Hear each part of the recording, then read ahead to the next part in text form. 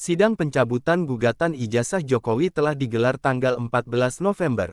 Majelis Hakim Pengadilan Negeri PN, Jakarta Pusat telah menggelar sidang penetapan pencabutan gugatan ijazah palsu Presiden RI Joko Widodo, Jokowi.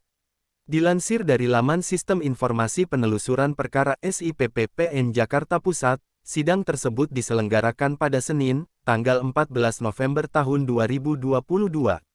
Ini merupakan penjadwalan ulang setelah sebelumnya pada Senin 31/10 sidang penetapan pencabutan gugatan batal terlaksana lantaran Ketua Majelis Hakim yang memegang perkara tersebut sedang mengikuti pendidikan dan latihan.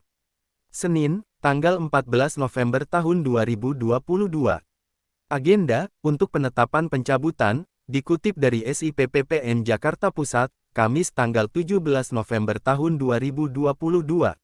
Gugatan ijazah palsu Jokowi ini dilayangkan Bambang Trimulyono, penulis buku Jokowi Undercover.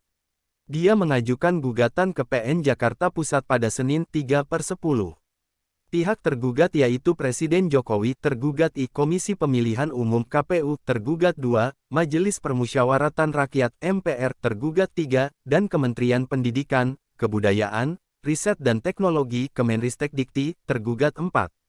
Dalam petitumnya, Bambang ingin PN Jakarta Pusat menyatakan Jokowi telah melakukan perbuatan melawan hukum PMH, berupa membuat keterangan yang tidak benar atau memberikan dokumen palsu berupa ijazah, bukti kelulusan, sekolah dasar SD, sekolah menengah pertama SMP, dan sekolah menengah atas SMA atas nama Joko Widodo.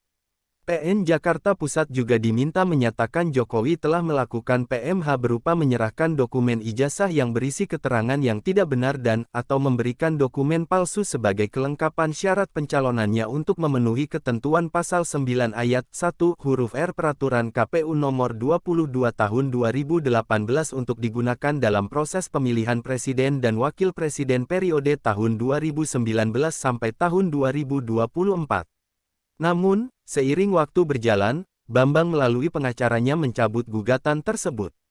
Pengacara Bambang mengaku akan kesulitan membawa bukti-bukti ke persidangan karena kliennya sedang ditahan Bareskrim Polri atas kasus dugaan ujaran kebencian dan penodaan agama serta sulit ditemui. Bambang, klaim pengacara, memegang data dan mempunyai akses terhadap saksi-saksi yang menguatkan gugatan ijazah palsu Jokowi. Pencabutan gugatan ini disayangkan sejumlah pihak, satu di antaranya pakar hukum tata negara Yusril Iza Mahendra. Yusril memandang dengan tidak adanya putusan pengadilan atas kasus tersebut, gunjingan politik akan terjadi tanpa henti.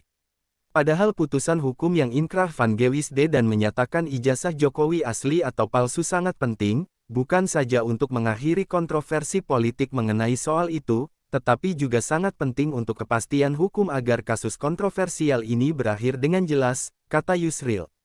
Klik subscribe dan follow.